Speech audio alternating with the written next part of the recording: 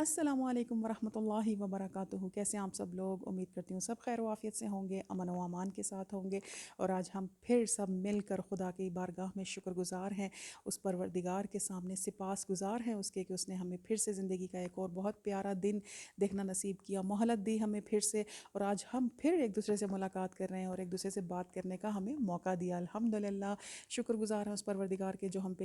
کرم کرتا ہے۔ اس نے ہمیں ایک بہت اچھی نیند سے نوازا، وہ نیند جس میں کوئی تکلیف نہیں تھی، وہ نیند کہ جس میں کوئی پریشانی نہیں تھی، ایک ایسی نیند تھی جس نے ہم جیسے ایک بہترین اور پیاری ماں ہمیں اپنی آغوش میں لے لیتی ہے، اس نیند نے، اس مہربان نیند نے ہمیں اپنی آغوش میں ویسے ہی لے لیا تھا، اور جس کی گود میں سر رکھ کر ہم اپنی تمام تر پریشانیاں، تمام تر دکھ بھول گئے تھے۔ سب سے بڑی اگر ہم نعمت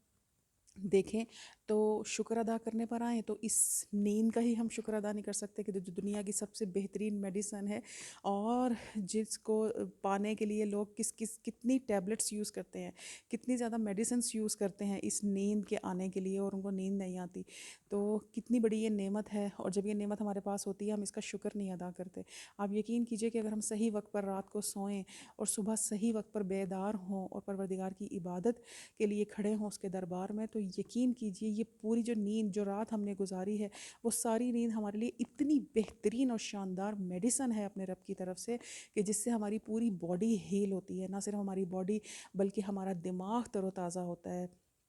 روشن ہو جاتی ہیں ہماری آنکھیں الحمدللہ۔ اگر ہم پوری رات ایسے ہی گزارنے جاگتے ہوئے ہم فون دیکھ رہے ہیں یا ٹی وی دیکھ رہے ہیں یا دوسرے کچھ مشاغل ہیں، اگر اس میں گزار دیں، دن کے ٹائم آپ 1 گھنٹہ بھی سو جائیں، 2 گھنٹے سو جائیں، 3 گھنٹے سو جائیں، آپ کو بالکل سکون نہیں آئے گا اور بالکل ذہن پرسکون نہیں ہوگا، کیونکہ رات کی نیند میں جو پروردگار نے طاقت اور برکت رکھی ہے، اور جو اس میں طاقت اور شفا ہے اس نیند میں، تو وہ دن میں پھر جتنی دیر آپ سو جائیں تو وہ شفا اور وہ برکت ہمیں اس میں محسوس نہیں ہوتی ہے۔ ایسا ہے نا؟ آپ بھی ایسا فیل کرتے ہوں گے یقیناً۔ تو ہم شکر ادا کرتے ہیں اس پروردگار کا کہ اس نے ہمیں اتنی پیاری نیند دی، اور یہ اگر رات نہ بنائی ہوتی اور ہم مسلسل صرف کام ہی کر رہے ہوتے، دن ہی دن ہوتا، تو آپ سوچئے کہ ہماری کیا حالت ہوتی۔ تو یہ رات پروردگار نے نیند اور آرام کا اس کو ذریعہ بنایا الحمدللہ، اور یہ صرف نیند اور آرام کا ذریعہ نہیں ہے بلکہ یہ ہمارے لیے ایک شفا ہے۔ جب ہم صبح کے ٹائم اٹھتے ہیں اس نیند سے، تو آپ دیکھیے کہ جب پوری آپ صحیح وقت پر سو جائیں اور صبح کے ٹائم آپ صحیح وقت پر بیدار ہوں، تو اتنی توانا باڈی اپنی محسوس ہوتی ہے، اتنی طاقت محسوس ہو رہی ہوتی ہے، اور مائنڈ اتنا فریش ہوتا ہے کہ الحمدللہ بے اختیار ہماری زبان سے نکلتا ہے الحمدللہ، شکر اس ذات کا کہ جس نے ہمارے بغیر کہے ہمیں دنیا میں بھیجنے سے پہلے ہماری ضروریات کو دیکھا، ہمیں دنیا میں بھیجنے سے پہلے، ہمارے آنے سے پہلے ہی کن کن چیزوں کا انتظام نہیں کیا۔ ہمارے دنیا میں بھیجنے سے پہلے کھانوں کا انتظام تھا، پھل، سبزیاں طرح طرح کی، اور ہر طرح کی ہوا، آکسیجن، یہ سب، یہ فضائیں، اور کس قدر پروردگار نے یہ رات اور دن کا نظام اور یہ موسموں کے بدلتے چہرے، اور کتنی خوبصورت پروردگار نے ہمارے لیے کتنا پیارا ارینجمنٹ کیا ہوا تھا۔ جیسے ہمارے گھر میں کسی مہمان نے آنا ہوتا ہے تو ہم اس کے آنے سے پہلے ہی گھر کو سجاتے ہیں، سنوارتے ہیں، اور ہر اس ضروری چیز کو لا کر رکھتے ہیں گھر میں کہ ہمارے مہمان نے آنا، اسے کسی قسم کی پرابلم نہ ہو۔ تو ہمیں، آپ یقین کیجئے، آپ غور کیجئے کہ پروردگار عالم کی عطا پر کہ اس نے ہمیں دنیا میں بھیجنے سے پہلے ہی ہر چیز کا انتظام کر دیا تھا۔ تو الحمدللہ ہم کتنے شکر گزار ہیں اس پروردگار کے۔ الحمدللہ ہمیں شکر گزار ہونا بنتا ہے اور واجب ہے ہم پر کہ ہم اپنے پروردگار کی مہربانیوں کو پہچانیں، ضرورتوں کو پہچانے۔ الحمدللہ ان کھانوں میں بھی سب، جیسے یہ نیچرل چیزیں ہیں، سبزیاں ہیں، فروٹس ہیں، اور ان سب چیزوں میں کھانے پینے کی جتنی دوسری ہربل چیزیں آپ دیکھیں، ان سب میں پروردگار نے کوئی نہ کوئی شفا رکھی ہے، کوئی نہ کوئی وجہ ہے ان سب کی۔ کوئی بھی چیز بے وجہ پیدا نہیں کی گئی، چاہے وہ انسان ہو، چاہے وہ مخلوق ہو، چاہے وہ جانور ہو، کچھ بھی ہو، پروردگار نے کسی چیز کو بھی بے وجہ نہیں پیدا کیا۔ ہر چیز اپنے اندر کوئی نہ کوئی کمال رکھتی ہے، کوئی نہ کوئی درجہ رکھتی ہے۔ تو الحمدللہ ہم پروردگار عالم کے شکر گزار ہیں کہ وہ ہمیں یہ توفیق عطا فرمائے کہ ہم اس کی مشیت کو، اس کی مصلحتوں کو سمجھ سکیں، اور اس نے کیوں اس دنیا کو بنایا، کیوں ہمیں اس دنیا میں بھیجا، ہماری زندگی کا کیا مقصد تھا، ہماری زندگی کا کیا مقصد ہے، ہم کس لیے اس دنیا میں آئے. تو ہمیں ضرور اس پر غور کرنا چاہیے، پہچاننا چاہیے. ہمارے انسان کا مقصد صرف کھانا پینا، سونا، آرام کرنا، اٹھنا اور کام کرنا ہی نہیں ہے، بلکہ اور بھی بہت ساری ذمہ داریاں جو پروردگار نے ہمارے سر پر دی ہیں اور جس کا ہم سے سوال ہوگا. تو پروردگار سے دعا کرتے ہیں کہ انشاءاللہ العزیز ہمیں پروردگار وہ بصیرت عطا فرمائے، وہ ہمت اور وہ طاقت عطا فرمائے، اور مولا ہم اتنے پرفہم ہو سکیں، ہمارے دماغ اتنے کام کر سکیں، اور وہ بصیرت ہمیں عطا ہو کہ ہم اپنی زندگی میں آنے کے مقاصد کو پہچان سکیں اور پھر ان مقاصد کے حساب سے اپنی زندگیوں کو گزاریں، تاکہ جب ہم اس دنیا سے جائیں، ہمارا جانے کا وقت آئے تو ہم شرمندہ ہو کے نہ جائیں کہ پتہ نہیں ہم کس مقصد کے لیے آئے تھے، صرف آئے کھائے پیے اور ایک نارمل سی زندگی گزاری اور دنیا سے چلے گئے. نہیں، ہم ایک بہت اچھی زندگی گزار کے، بامقصد زندگی گزار کے اور پروردگار کی رضا کے مطابق زندگی گزار کے اس دنیا سے جائیں. وہی ہمارے لیے زیادہ راہ ہے، وہی ہمارے لیے دنیا و آخرت میں بہترین بہترین بہترین اجر بھی ہے، تحفہ بھی ہے الحمدللہ. تو اگر ہم اپنے پروردگار کی رضا کے مطابق زندگی گزارے تو آپ یقین کیجئے ایسے لگتا ہے جیسے جنت تو دنیا میں ہی پروردگار نے ہمیں دکھا دی ہے. تو وہ جنت کیا ہوگی جو پروردگار، جس کا وعدہ کیا گیا ہے، پروردگار نے ہم سے وعدہ کیا ہے انسانوں سے.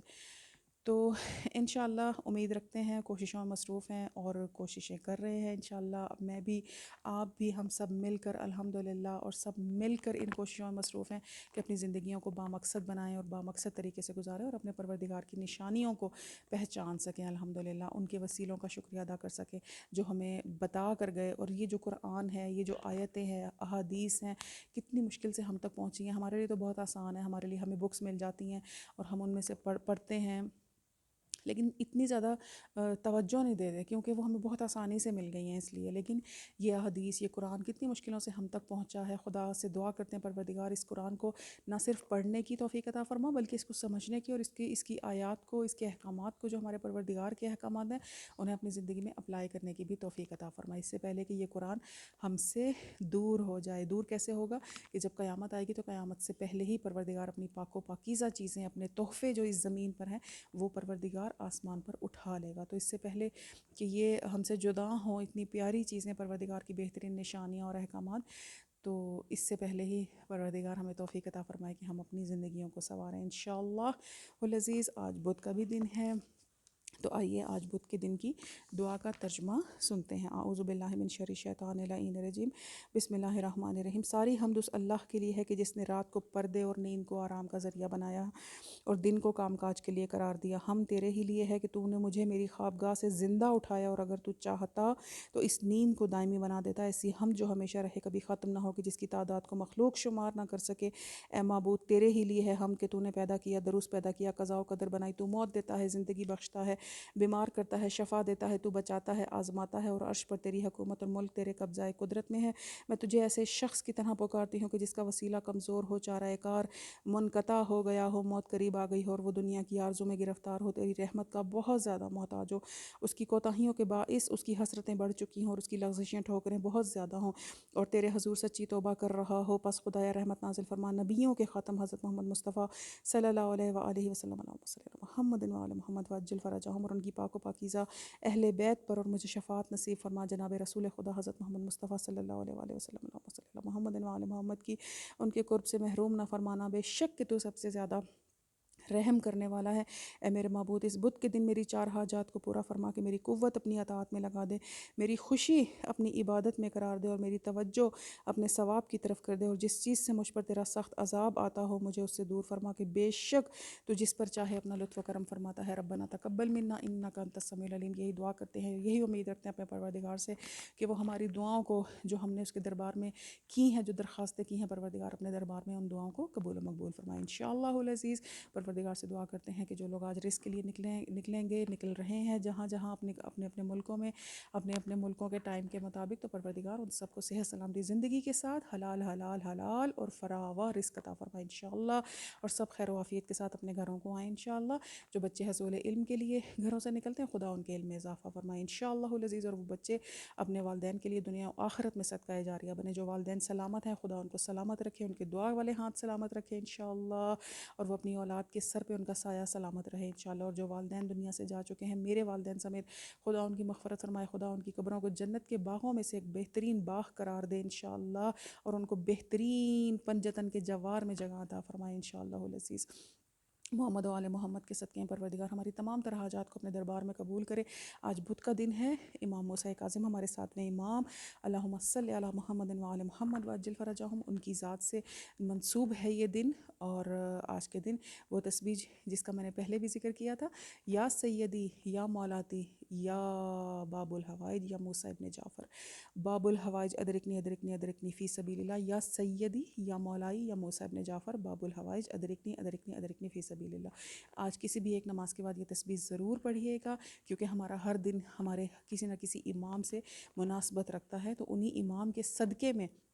ہم دعا کرتے ہیں کہ پروردگار ہمارے آج کے دن میں جو بھلائی ہے وہ ہمارے شامل حال کرے، جو برکات ہے وہ ہمارے شامل حال کرے، اور جو شر ہے اس سے ہماری حفاظت فرمائے، ہم سب کی حفاظت فرمائے انشاءاللہ۔ امام وقت کے ظہور میں تعجیل ہو جلد از جلد انشاءاللہ، جو وقت کے امام ہمارا انتظار کر رہے ہیں کہ ہم کب ان کا ساتھ دیں گے انشاءاللہ العزیز، تو پروردگار اس حق کو بھی دنیا پر ظاہر کرے جلد انشاءاللہ العزیز، انشاءاللہ العزیز۔ ربنا تقبل منا انک انت السمیع العلیم، دعا کرتے ہیں پروردگار سے خدا آپ کو بھی اپنی امان میں رکھے اور ہم سب کو اپنی امان میں رکھے، ہماری حاجات کو اپنے دربار میں قبول کرے انشاءاللہ العزیز۔ فی امان اللہ، السلام علیکم ورحمۃ اللہ وبرکاتہ۔